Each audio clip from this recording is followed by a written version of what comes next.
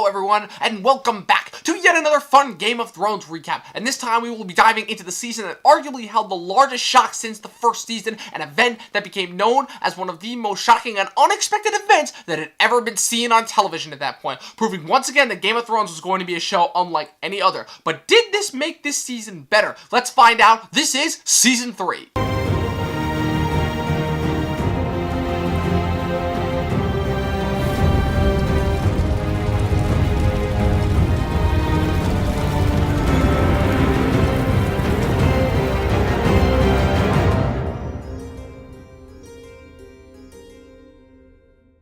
So unlike the last season, this season starts off right after the events of the previous season, as we see the remains of the Night's Watch after the devastating attack by the White Walkers, still stranded on the Fist of the First Men. Samuel Tarly, still somehow alive after witnessing an army of undead people, walks right towards him and is almost killed by a wight that is burned by the Lord Commander, who then gathers the Watch to head back to the wall of their expedition in all but complete failure. We then head back to the centerfold of this epic shitstorm, King's Landing. Tyrion had woken up from the Battle of Blackwater, scarred and deformed, but yet somehow still alive, and discovers that there has been a massive change in leadership since he was in a coma. Now that his father has returned to the city, Tywin now takes up the position of Hand of the King, and the Tyrells are stationed in King's Landing, close allies after the battle. Despite Joffrey's impending marriage to Marjorie, Tywin seeks to further their alliances in order to further continue his vision of ruling the world, and sets out to have Cersei marry Marjorie's brother Loras Tyrell, famously known as been having an affair with Renly Baratheon before his death. Sansa, meanwhile, is introduced by Marjorie to her grandmother, Lady Olenna Tyrell, also known as the Queen of Thorns, played by former Bond girl Diana Rigg. She is quite possibly the only person in the Seven Kingdoms who is older and smarter than Tywin Lannister, and seeking to further other options for the Tyrells outside of the Lannisters, as well as to help Sansa with her current situation. Lady Olenna offers to send Sansa to Highgarden, the capital of the Reach and the Tyrells' ancestral home, in order to wed Loras. However, upon hearing about this, Tywin instead arranges for Sansa to be married to Tyrion instead, as Tyrion had previously confronted Tywin about inheriting Casterly Rock over Jaime, since Jaime, by being a member of the Kingsguard, is not allowed to inherit any lands. This is done to placate Tyrion, as Tywin states that Tyrion will never inherit Casterly Rock, as well as to secure the north for the Lannisters and to stop the Tyrells from getting their hands on any northern heritage. When Queen Olenna attempts to confront Tywin over this, Tywin threatens to make Loras a member of the Kingsguard, making him ineligible to inherit the Tyrell lands or produce heirs with the Tyrell name, effectively erasing their name from existence. Meanwhile, Tyrion and Sansa are both dissatisfied with their positions at first. However, they gradually begin to grow closer as friends, as Tyrion is also granted the position of Master of Coin in the small council in place of Littlefinger, whom Tywin dispatches to the Eyrie in order to wed Lysa Arryn and secure the Arryn's alliance once again with the crown. Before he leaves, however, Littlefinger offers to take Sansa with him, but Sansa refuses due to her burgeoning relationship with Tyrion. We then head back to the Riverlands for not one, but two story arcs this season. The first is the travels of Sir Jaime Lannister and Brienne of Tarth, who have been entrusted by Catelyn to bring Jaime back to King's Landing in order for a safe exchange of her daughters, unaware that Arya has been away from the capital for quite some time.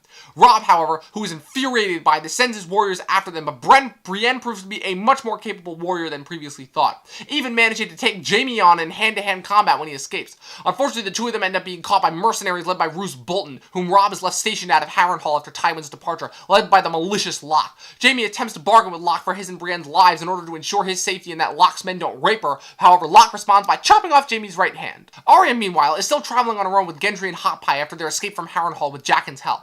While attempting to find their way to Riverrun, they end up stumbling upon members of the Brotherhood Without Banners, a mercenary group dedicated to fighting against the Lannisters for the common people, as the Lannisters have been raising the Riverlands ever since the war began.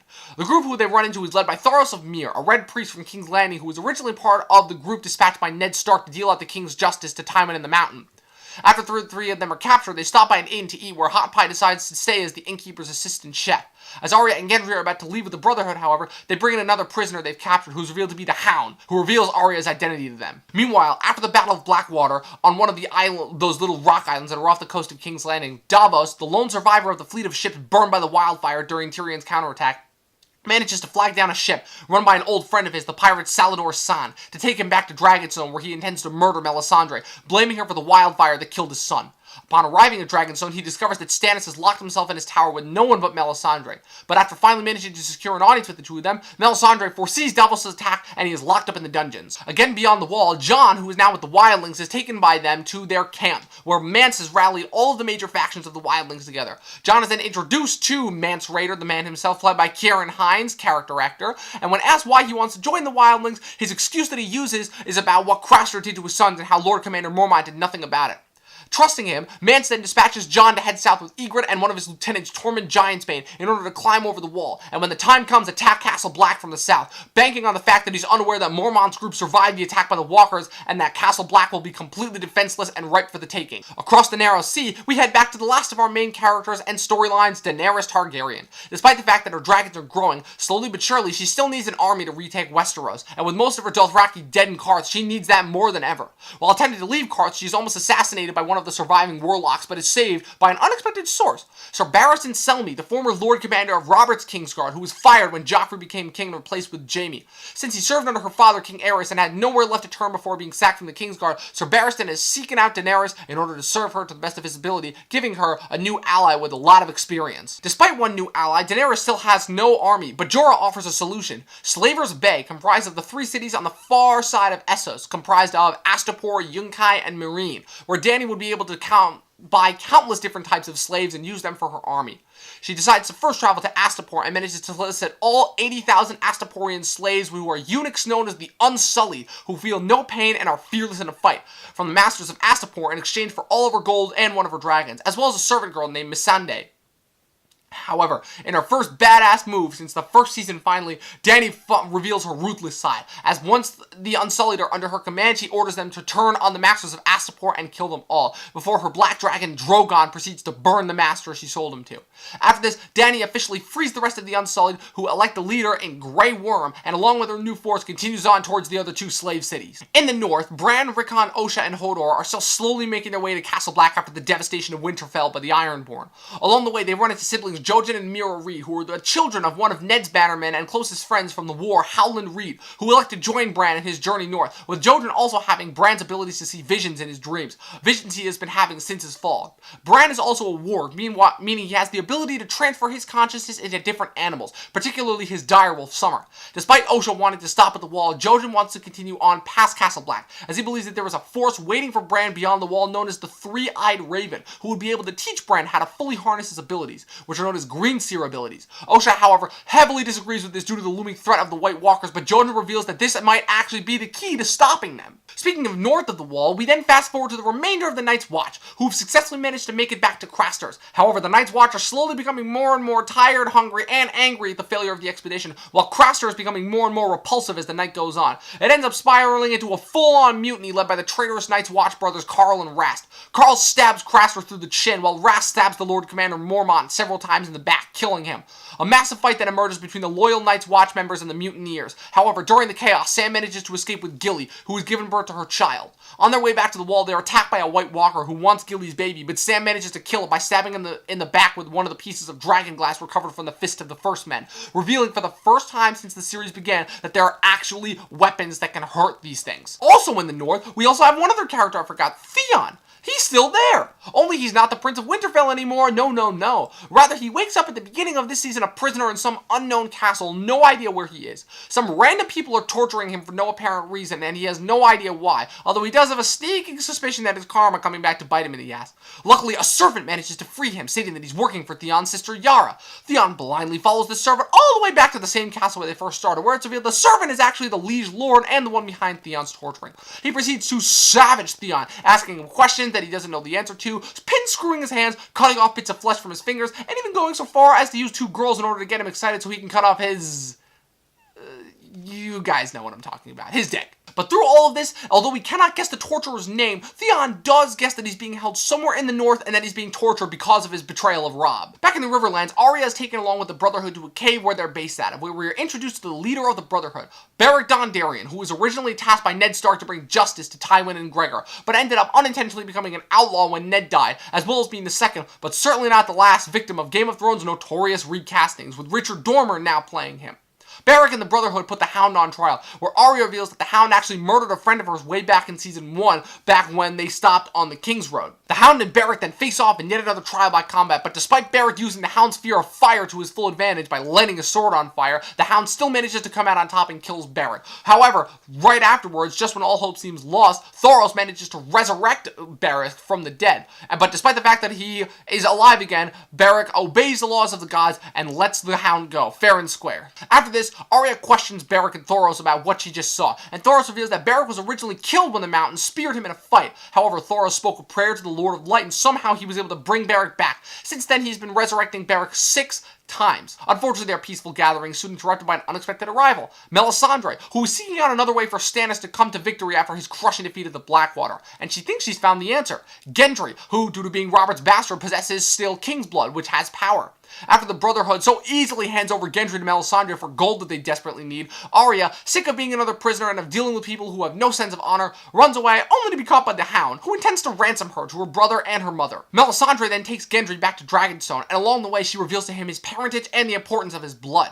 Upon arriving at Dragonstone, she shows him to Stannis before proceeding to seduce Gendry and attach leeches to him in order to siphon off his blood. This is because Stannis had previously freed Davos due to the fact that he needs loyal men at his side who will be straight with him, and so Davos demands that Stannis not hurt Gendry since he's his nephew.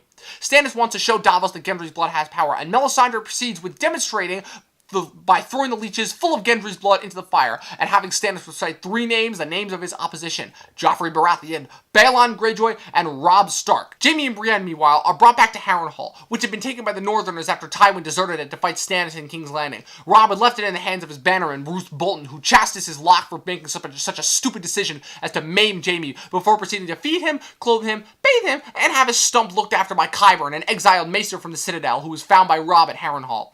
Qyburn successfully manages to save Jaime from infection, and Jaime makes his way to the bathhouse with Brienne, where he reveals to her a shocking secret: the real reason for why he killed King Daenerys Targaryen II, also known as the Mad King. It wasn't just to be on the winning side like everybody thought. As it turned out, the wildfire that Tyrion found and used against Stannis was part of several hundred pots that Aerys had been brewing over the last couple of years before the war started, and he was planning on burning the entire city of King's Landing to the ground should Robert take the city, with everyone in it, turning one of the most despised, untrustworthy, and despicable characters in this entire universe so far to earn a new layer that we as the viewers would never have expected. After this heartbreaking and shattering secret is revealed, Roose allows Jaime to continue on towards King's Landing with Qyburn, while Brienne stays behind, telling Jaime to tell his father exactly what Roose did for him. In response, Jaime tells Roose that when he sees Robb again, to tell the Lannisters send their regards. However, upon learning that Roose Bolton had left the castle for business with Robb almost immediately afterwards, and that the castle was left under Locke's control, Jaime immediately heads back towards Harrenhal, as he knows that Brienne would be in danger, and discovers that she's been tossed into a bear pit. After leaping in and pulling her to safety, the two of them continue on their journey and finally reach King's Landing. Unfortunately, it is little too late at this point. You see, while all of this other stuff has been happening in the Riverlands with Jaime and Brienne, Robb has not exactly been having the best of times this season. It's almost like breaking something sacred as a wedding vow to the phrase one of the most powerful families in Westeros would have repercussions somehow. After he returns to Riverrun in order for his grandfather, Hoster Tully's funeral, Robb has to deal with the gross incompetence of his uncle, Cat's only younger brother, Edmure Tully, who wastes precious Northern and Riverland soldiers to raid a tiny village. Then, to make matters worse, one of Robb's other bannermen, Rickard Karstark, along with several of his men, butcher 2 young Lannister cousins whom Robb had captured earlier in retaliation for the death of both of Karstark's son, one who had been killed in Robb's first battle, the other who had been strangled by Jaime Lannister when he originally tried to escape. Robb sees this betrayal as betrayal and dishonorable, as despite being Lannisters, they were innocent boys, so he beheads Lord Karstark as punishment, losing the entire Karstark force.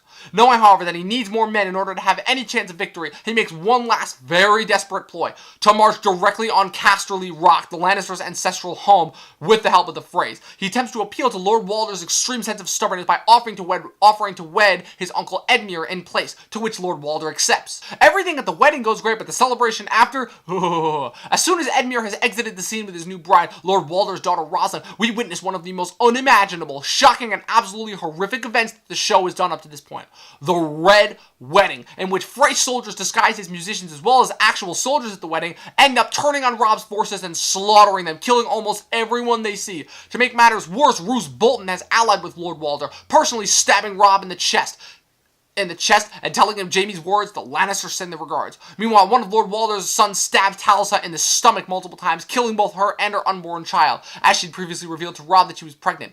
Cat attempts to reason with Frey by holding a severely underage 8th wife at knife point, but Frey scuffs at her attempt before Robb is stabbed. Cat then cuts the wife's throat, but she herself has her throat slit by another of Frey's sons. Arya and the Hound arrive at Riverrun too late, however, as they arrive right in the middle of the melee, in which the Frey and Bolton forces parade Robb's body around with the saw-off head of his direwolf Grey Wind in place of his head. The two then narrowly manage to escape and end up killing 3 Frey soldiers they stumble upon in the woods. Afterwards, when Frey questions Bolton about what happened in the north with Theon and the Ironborn, Roose reveals that his bastard Ramsay met with the Ironborn as they were on their way to the coast, slaughtering all of them and capturing Theon, finally revealing Theon's captor and location. He's in the Bolton castle, the Dreadfort, and his captor is Roose's bastard, Ramsay Snow. And in his final act of horror to truly make Theon his slave, Ramsay tortures Theon into now believing he is Ramsay's loyal servant, going by the name of Reek. In King's Landing, Tyrion is wed to Sansa, but tells her that he will not do anything to her unless she wants. After that, he is called to a small council meeting in which Joffrey heavily parades around, having received word of the Red Wedding. Despite Walder Frey supposedly having acted alone in this endeavor, Tyrion is easily able to figure out the Tywin is behind this, seeking to end the war with words and exchanges rather than fighting. With Robb dead and Stannis all but defeated, the war is officially over, with Roose Bolton replacing the Starks as Wardens of the North. And to cap all this misery off, when Tywin asks how soon Tyrion will impregnate Sansa, Tyrion responds how much she will want to have sex with him after he tells her his family is responsible for even more of her family's debts, only to discover that she's already found out. On Dragonstone, upon hearing of the Red Wedding, Stannis, now fully convinced that King's blood works, proceeds to have Gendry executed, but Davos cannot stand idly by and let this happen, so he frees Gendry from the dungeons, puts him on a boat, and sends him off to parts unknown. Enraged, Stannis is about to execute Davos when he pulls out an unexpected trump card, a letter from the Night's Watch. Despite having never learned how to read, Davos was taught how by Shireen, Stannis' daughter, and after being freed, discovered a letter from Lord Commander Mormont and his expedition north. Realizing that the threat in the north is more important than the squabble over the Iron Throne, Davos gives the letter to Melisandre, who confirms indeed it's for Stannis to be truly king, the real fight lies to the north. Meanwhile, back in the north, let's get back to Jon. After his expedition is dispatched by Mance, Jon is growing closer and closer to Ygritte, which I can't blame him. After all, he's never had sex and she's the hottest thing north of the wall. She plucks his tender V-flower when they have some awesome steamy sex in a cave with a waterfall, dim lighting and everything. It's perfect if you can manage to get into that kind of stuff. So after that, Jon and the wildlings successfully manage to climb the 700-foot tall wall, and despite losing some wildlings on the climb, they manage to make it over and start heading towards Castle Black to await Mance's signal to attack. Along the way, they raid a small farm, but Jon allows the farmer to escape in order to attempt to warn the Night's Watch, only to fail miserably when the wildlings catch him. Tormund orders Jon to execute the farmer, but he can't bring himself to do it and turns on the wildlings. A fight breaks out as Ygritte is still supporting Jon because she just thinks the other wildlings have it in for him, but Jon receives unexpected help from the unlikeliest of places, Summer and Shaggy Dog. While the two direwolves distract the wildlings, Jon manages to escape, killing the wildling warg Orell, played by Mackenzie Crook, better known as Gareth from the British office, and followed closely by Ygritte. Despite catching up to Jon and putting 3 arrows in him, Ygritte is unable to stop Jon from making it back to the Castle Black, where he's finally reunited with his brothers. Now, as it turns out, Bran and his party were in the same location. That's why Summer and Shaggy Dog were able to help Jon. They're hiding out in a place close to the wall called the Stony Sept. After Summer and Shaggy Dog manage to dispatch the remaining wildlings and chase them off, the group manages to come to an impasse. Osha wants to head off to a different part of the north, while Jojen is insisting that Bran continue north of the wall to seek out the Three-Eyed Raven. The group decides to part ways, with Osha, Rickon, and Shaggy Dog heading off to parts unknown, while Bran, Jojen, Mira, Hodor, and Summer head north towards the wall and beyond. They manage to make camp at one of the abandoned castles that contains a secret entrance to the other side of the wall, where they run into yet another unlikely face. Sam and Gilly, who have also managed to survive the harsh north and make it back to the wall through the secret tunnel, thanks to Sam's extensive knowledge of the wall. Sam recognizes Bran because of Summer due to his experience with Ghost, but he is unable to convince Bran to come with him to Castle Black to see Jon. Bran and his crew then depart north through the secret tunnel, while Sam and Gilly head for Castle Black, where they're reunited with Jon, Pip, and Maester Aemon, but not before Sam gives the group several shards of dragonglass in case they run into any White Walkers. With all that being said, we wrap up our season with Daenerys, who, after that impressive show of badassery in Astapor, is on her way to conquer the other two cities in Slaver's Bay, Yunkai and Meereen. Upon arriving outside of Yunkai, she is negotiating with two major groups, the Wise Masters and the Second Sons, a group of bounty hunters employed by the Masters. Both groups refuse to ally with her or yield the city to her, with the Wise Men attempting to bribe her with golden ships, while the leader of the Second Sons, Miro, also known as the Titan's Bastard, doesn't take her seriously at all and laughs her off, telling her he'll make her his wife once she fails. However, Miro's lieutenant, Dario Naharis, played by Ed Skrein from Deadpool, takes a liking to Daenerys and infiltrates her camp to align herself and the Second Sons with her, showing her the severed heads of Miro and his other lieutenants as proof. Dany then sends Jorah and Grey Worm with Dario to infiltrate the city and breach the defenses so that she can easily overtake it. They succeed, and the series ends with the slaves of Yunkai coming out and enveloping Daenerys, calling her Misa, which is Old Valyrian for mother. So that was Season 3, and I have to say, while there never has been a truly bad season of Game of Thrones in my mind, this one was certainly the weakest for me. The plot feels like it's trudging at certain points, and while there are a whole lot of new characters introduced, not as many of them feel as memorable. And the payoff to the build-up from the season is centered around an event from the books that I always thought felt the most just like like shock value. Yeah, it's a sad event, but I found that because we didn't get to spend as much time with Robb as we do the other Starks, and because Cat, I never found that sympathetic a character outside of the grieving mother cliche, I didn't find myself nearly as emotionally invested and therefore destroyed as a lot of other people were once it happened. Plus, once I got to the Red Wedding in the books, that was the moment where I finally sat down and just asked, okay, is George really trying to make a convincing story here, or is he just trying to jerk us all around because he knows he can by just killing everybody off? But I digress, because these problems that I have are with George and not with the showrunners, because they did a great job adapting it, and while I may not like this season as much as other seasons that came before and after, it's still Game of Thrones and it's still great. So that was my Season 3 recap. You guys know what to do. Click the like button and that subscribe button. Leave a comment. Follow me on Twitter at Movie Nerd Review. Head on over to the website, movienerdreviews.com, and be tuned next week for the next recap. I'll see you guys next time.